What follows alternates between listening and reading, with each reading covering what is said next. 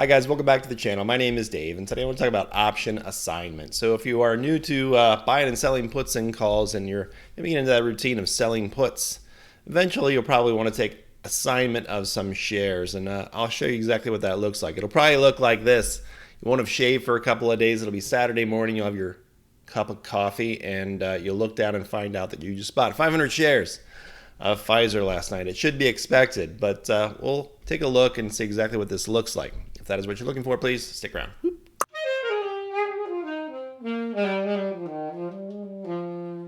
Now, I have plenty of content on my channel about buying and selling puts and calls. So if you're just trying to understand the basics, I'll link a couple of videos above to help you get started.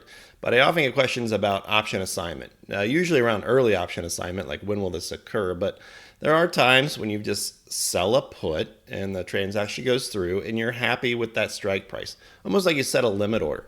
And that's the case with Pfizer. So with Pfizer now down to about, what, 35.50, I took assignment at 38. So I'm down quite a bit already on those shares, as you will see, but it's okay in this situation for me because I determined that that was a good price for me with Pfizer. So we'll take a look and see exactly how this looks. And in this case, I'm using Fidelity, but it should look similar on any platform that you might be using.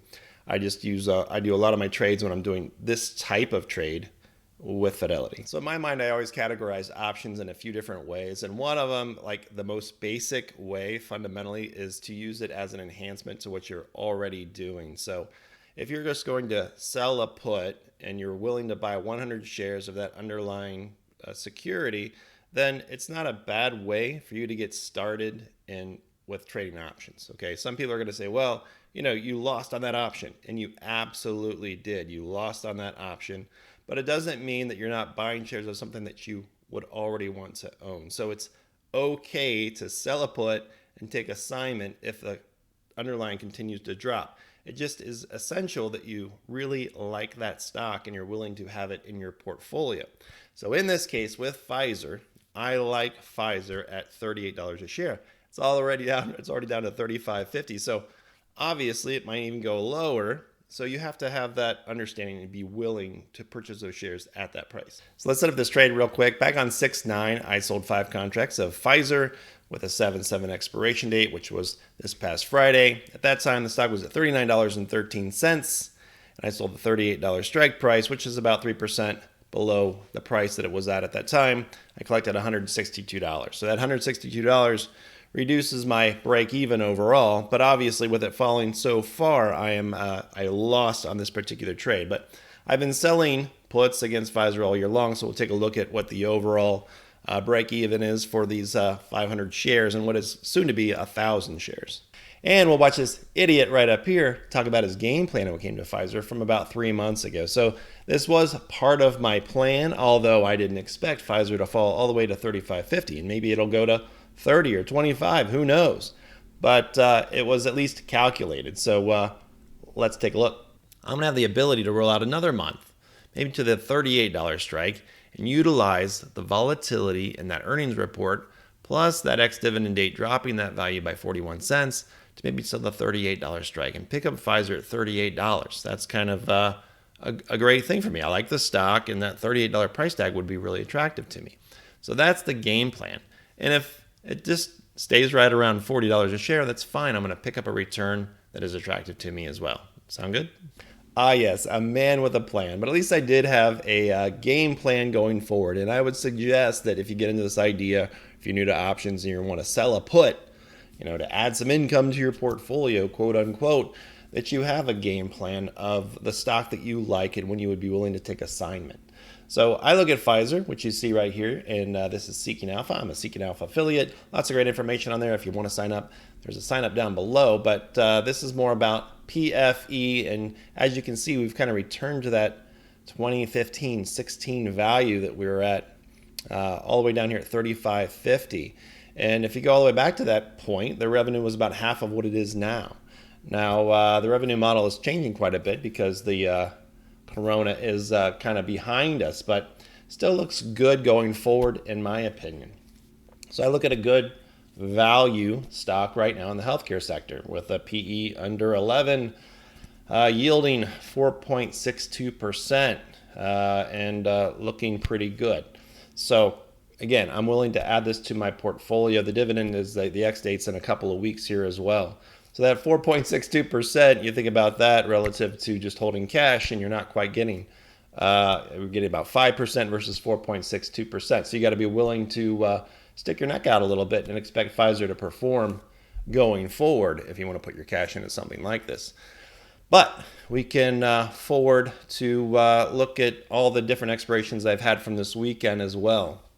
So this is what it'll look like with Fidelity. You know, it shows it expired. Reminds me of that Geico commercial.